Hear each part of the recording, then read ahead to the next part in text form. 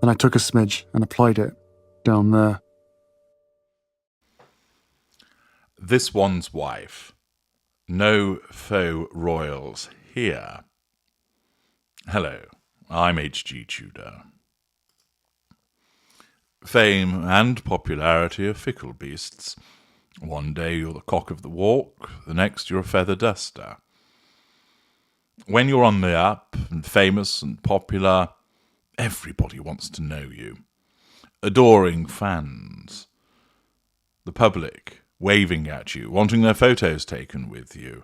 Offers coming in left, right and centre, linked to what it is you do professionally.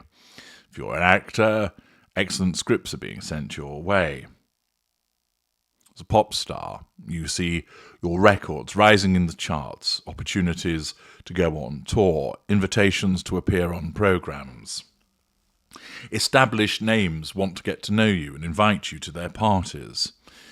You are the hot property around town. And with that comes so many offers. Everybody wants to be associated with you. They want some of your stardust to rub off on them. They're keen for you to endorse what they are selling because you're popular. You have fans. People listen to you. People are influenced by you. And therefore you may well find that all manner of producers and manufacturers come your way wanting to offer you sponsorship deals, sending you goods in the expectation that you'll pop them on your social media, that you'll be papped carrying them around, perhaps even talking about them, thus increasing exposure and sales. People want to know you. People want to be associated with you. This one's wife is desperate for that to be the case. In the early days, having hit the jackpot of joining the royal family, she experienced that. People wanted to know her. There was an interest in the fact that an outsider, an American divorcee, had joined the royal family, and it would appear also that she was a person of colour. Therefore, that added something which was a little perhaps exotic to it all as well. How would she fare? People thought good, a breath of modernity being injected into the fustiness of the royal family. People wanted to know her. People wanted to give her a chance. People welcomed her. People wanted to be associated with her. And in a short space of time, she fucked all of that up. Now, nobody wants to be associated with her. The A-list have turned their backs upon her because they recognise that it doesn't help them to be associated with someone who is so widely disliked as this one's wife. The royals, having been frozen out by her, have in turn reciprocated and decided, some of them pursuant to expert advice, we won't bother with her. We'll act like she doesn't exist. We won't react to her. We won't talk about her. We will not be bothered by her. All part of the implementation of a no-contact regime. Cosmetic giants and fashion houses have decided, no, we're not going to risk our reputations, our carefully constructed brands, by being associated with someone that actually causes more drama and controversy than we would like. An individual that overshadows our product or service because it's her that gets talked about rather than the thing that we'd like her to promote. That she is disliked, and we don't want to be associated with someone that's dislikable. We want to be associated with people who are liked, people who are charismatic, people who are successful, people on the up. And there's plenty of those to choose from. One doesn't need to be associated with a D-list mediocre actress who regularly looks like she got dressed in the dark. Thus, so many people, so many organisations have taken it upon themselves to distance themselves from this one's wife.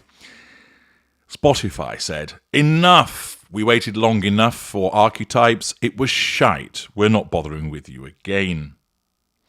Netflix groaned as they realised, oh dear, we've actually purchased a lemon. Indeed, a bowl full of lemons with a jar of jam in the middle. The best that she can come up with is cookery and gardening, and him polo. Oh well, the deal will soon expire. Thank fuck for that. Nobody else has come knocking. Amazon? No. Paramount? No. The deals just aren't there. People recognise that the Sussexes are lazy, talentless, and charisma-free. They've gained the reputation of being grifters. And that label, applied to them by Bill Simmons, not only has stuck, but has been reinforced time and time again as a consequence of amplification through the media and the fact of their own behaviours. Seen repeatedly enjoying spending other people's money, cadging lifts on private jets with other individuals, trying to cadge a lift on Air Force One, getting the freebies, wanting to stay with other people. They are basically seen as a pair of sponges. And in the circumstances, this has reinforced their reputation of being a pair of grifters. Thus, with such a poor reputation, people now want to distance themselves. So it goes from wanting to be associated with to perhaps not saying anything in relation to them, and then positively ensuring, no, we don't bother with them. No, there are no talks with them. Good Lord, no. As the way Dior reacted, for instance, when it was suggested that there might be some form of partnership with this one's wife, Dior were prompt to move to quash any such suggestion. There is no queue of individuals waiting to partner with this one's wife. And again, it was shown, as I explained in parts passim, that with American Riviera Orchard retirement homes, she expected that there would be all of these brands that would be wanting to come to her and saying, we'd love to sell through you. And therefore she wouldn't need to do anything. She's been given a rude awakening, as nobody has offered to do this. All that she's managed so far is to send out a few jars of jam, to the much to the hilarity of observers. This is a woman who's desperate to be popular, and yet she is not. This is a woman who wants the partnerships, the sponsorships, the tie-ups, the deals, but they're not forthcoming. And such is the extent to which her reputation has plummeted,